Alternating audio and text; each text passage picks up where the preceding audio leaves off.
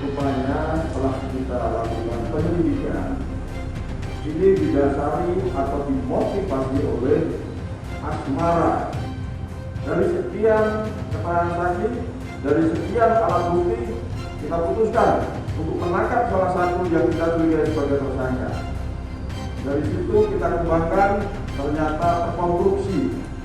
Perkara ini rupanya sudah direncanakan dari tahun 2020 dan ternyata pada tahun 2022 baru terlaksana. Adapun langkah atau cara si otak pelaku ini melakukan pembunuhan berencana mulai dari mencari dukun.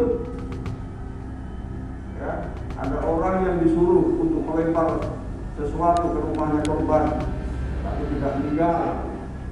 Akhirnya dia berusaha untuk mencari siapa yang bisa membunuh si korban itu. Nah, ternyata ketemu, terjadilah peristiwa penembakan tersebut.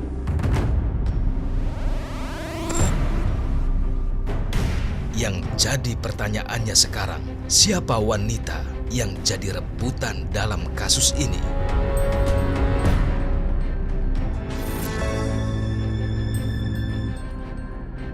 Rahmawati, wanita ini disebut-sebut sebagai pemicu perseteruan antara korban Najamuddin Sewang dan tersangka Iqbal Asnan, Kepala Satuan Polisi Pamong Praja, Kota Makassar.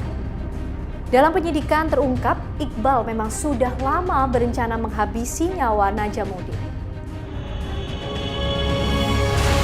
Pengancaman itu langsung ke saya, tapi bukan saya ya ancamannya, ke almarhum ancamannya. Jun, ini kalau bukan adek mau saya habisi. Ini didasari atau dimotivasi oleh asmara.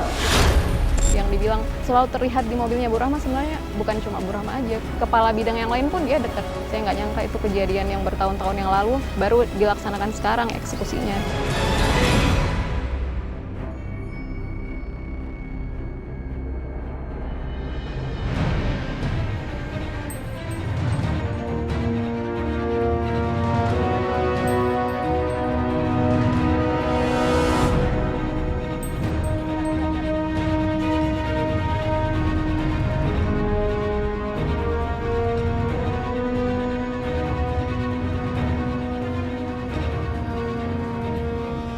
Cinta segitiga, itulah setidaknya motif yang diungkapkan oleh Kapolrestabes Makassar dalam kasus tewasnya Najamuddin Sewang, seorang pegawai Dinas Perhubungan Kota Makassar. Najamuddin dianggap telah mengganggu hubungan antara Iqbal Asnan dengan wanita bernama Rahmawati. Rahmawati sendiri merupakan janda yang menjabat sebagai Kepala Seksi Transportasi Publik di Dinas Perhubungan Kota Makassar. Rupanya kecantikan Rahmawati membuat sang Kepala Satpol PP terlena. Najamuddin Sewang dianggap sebagai orang yang telah menghalangi kisah cinta terlarang mereka berdua. Yang tersangka ini yang diduga sebagai otak itu menghubungi saya langsung kepada saya. Pengancaman itu ke almarhum pengancamannya, tapi dihubungkan ke saya. Saya by phone pada saat itu, malam pada saat itu. Jun, ini kalau bukan adek mau saya habisi. Saya bilang, tunggu dulu senior. Saya persoalannya apa? Adalah di situ menyatakan bahwa dia ganggu istriku. Sampai akhirnya pembunuhan itu pun terjadi.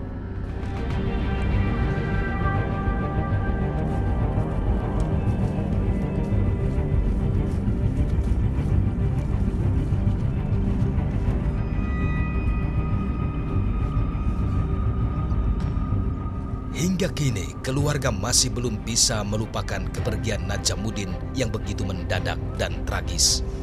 Terutama bagi Rofida Setya Ihsani, istri almarhum. Ia pun menuturkan bagaimana awal mula mendapat kabar soal kepergian sang suami tercinta. Awalnya itu kan suami saya berangkat jam 8. Terus jam 10.20 itu saya tiba-tiba ditelepon sama temannya. Katanya, Bu, kan aja kecelakaan. Tapi saya nggak langsung percaya. Jadi saya matikan, terus saya telepon ke nomornya. Ternyata temannya juga yang angkat. Dia bilang, Ibu kan aja ini kecelakaan. Saya bilang, serius? Iya Bu ini. Ibu sabar ya Bu ya, karena aja sudah tidak ada. Saya langsung kaget, terus saya bilang jangan bilang kayak gitu, tolong bawa dulu ke rumah sakit terdekat. Sampai akhirnya Rofida baru sadar saat tiba di rumah sakit. Sampai rumah sakit, saya langsung bilang sama suster tolong bagaimana caranya selamatkan. Kayak gitu, minta tolong cepat suster selamatkan. Pas dicek, dipegang gini udah nggak ada denyut.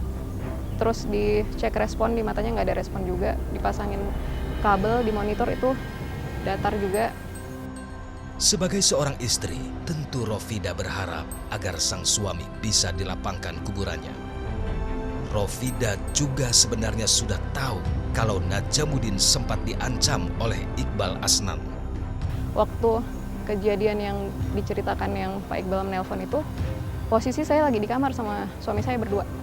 Dan saya dengar waktu Pak Iqbal itu menelpon. Waktu itu sempat mau saya ambil teleponnya, mau saya klarifikasikan kalau memang tidak, jangan langsung main tuduh kayak gitu maksudnya. Saya mau ambil handphonenya tapi dia bilang jangan Bun, nggak usah, ini biar saya aja kayak gitu. Namun siapa sangka ternyata ancaman itu menjadi kenyataan. Saya nggak nyangka itu kejadian yang bertahun-tahun yang lalu baru dilaksanakan sekarang eksekusinya kayak gitu. Jadi saya berterima kasih karena berhasil diungkap, dan kalau memang ada penyelidikan terus masih ada tersangka yang lain nanti pengembangan kayak gitu, semoga saya berharapnya semoga tidak ada satupun yang luput. Disinggung soal kedekatan suaminya dengan Rahmawati, Rofida pun menjawab. Yang dibilang selalu terlihat di mobilnya Bu Rahma sebenarnya bukan cuma Bu Rahma aja, kepala bidang yang lain pun dia dekat. Jadi yang anggapannya orang yang bilang dia sering terlihat keluar dari mobilnya Bu Rahma, sebenarnya saya tahu dia kemanapun dan saya tahu sama siapa.